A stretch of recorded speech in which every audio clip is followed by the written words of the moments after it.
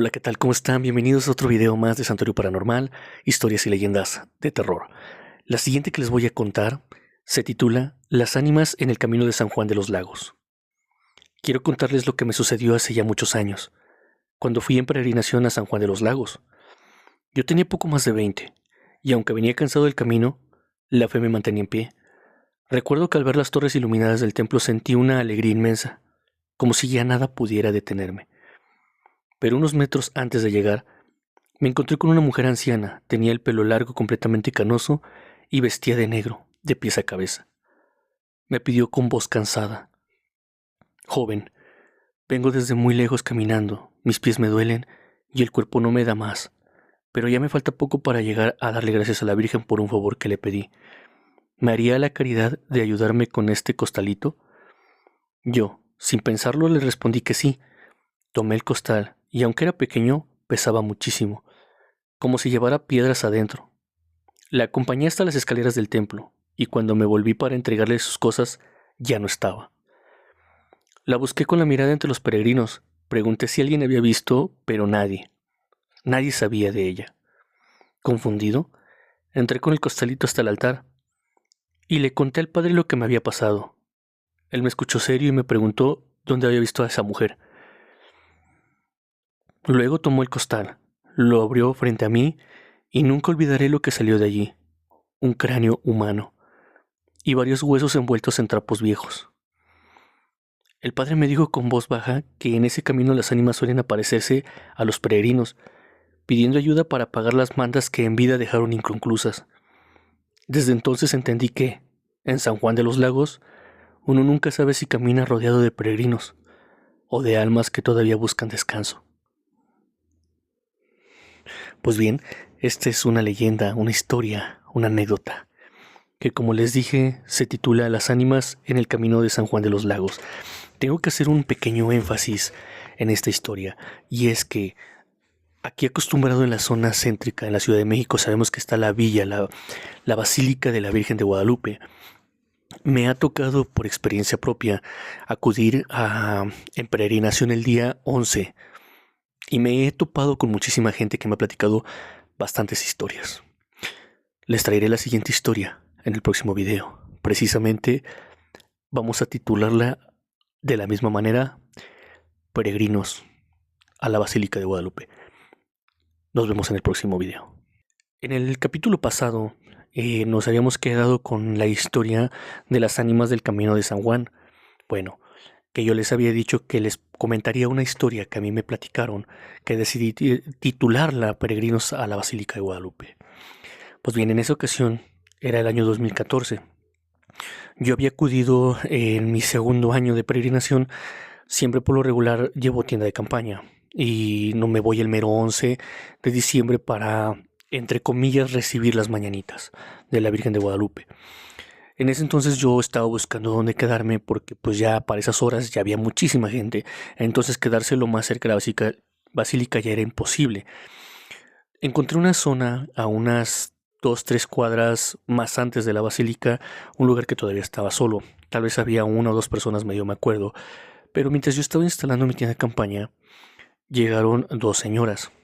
En este caso les puedo decir que en realidad fue un grupo de personas, pero estas dos señoras se quedaron a poner ahí cartones y cobijas a preparar para que se acostaran a dormir, mientras los demás habían ido a dar una pequeña vuelta. Pero mientras estaban ellas poniendo sus cobijas, alcancé a escuchar un poco de la conversación que tenían entre ellas dos. Yo me acerqué y le dije: «Oiga, disculpe que la moleste, escuché un poco de lo que estaban platicando y se me hizo muy interesante. ¿Qué fue lo que les pasó?».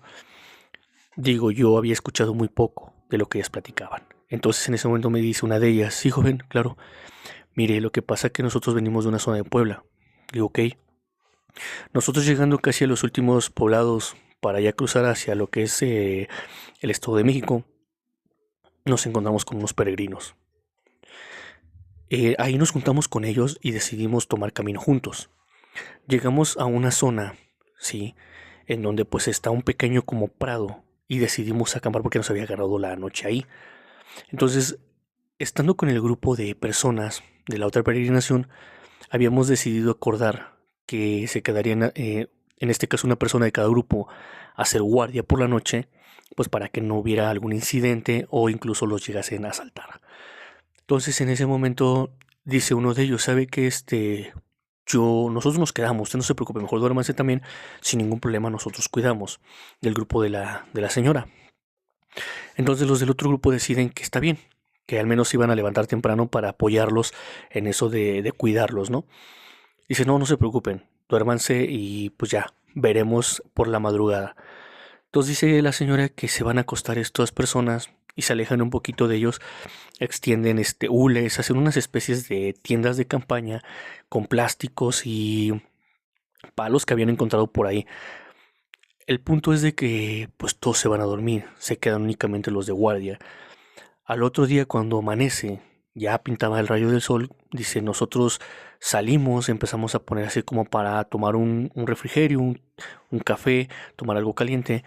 Y en ese momento pues les decimos a los de la guardia, a los que habían hecho guardia, saben que pues vayan a despertarlos para que ya nos vayamos pues a seguir caminando. Entonces van los que estaban de guardia, llegan y dentro de estos hules que habían hecho como sus tiendas de campaña, no hay nadie, no encuentran a nadie ahí. En ese momento le dice, ¿cómo que no hay nadie? Dice, no, no hay nadie. Dice, o sea, un grupo bastante, dice alrededor como de unas 20 personas, joven. No pudo haber desaparecido así nomás porque sí. De hecho, los de la guardia fue lo que dijeron, es que nadie se movió. Nosotros vimos cómo se metieron a estas casas improvisadas, ¿sí? Y nadie salió. No nos dormimos, nos quedamos despiertos toda la noche. En ese momento la señora me dice así de, pues joven, de cierto modo hay que pensar que seguro era un grupo de peregrinos de algún año atrás o tal vez 10 o tal vez 20 o tal vez 50 años atrás, que posiblemente les pasó un accidente y sus almas se quedaron errantes, me decía la señora. Yo entre poco le pude decir puede ser que sí. Entonces nos topamos con, sin duda alguna, los fantasmas de algunos peregrinos que, pues desafortunadamente los que les haya pasado sobre el camino, andan deambulando aún sobre la carretera. Pues bueno, esta es la historia de los peregrinos hacia la Basílica de Guadalupe. Esta historia es muy breve, pero es una historia que hace algunos días me habían platicado. Ocasionalmente estaba platicando yo con una enfermera, debido a las situaciones más que nada de a veces los accidentes graves.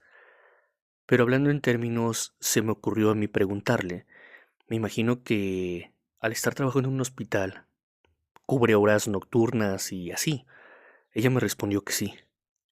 Me dijo que sí cubría a veces en la noche.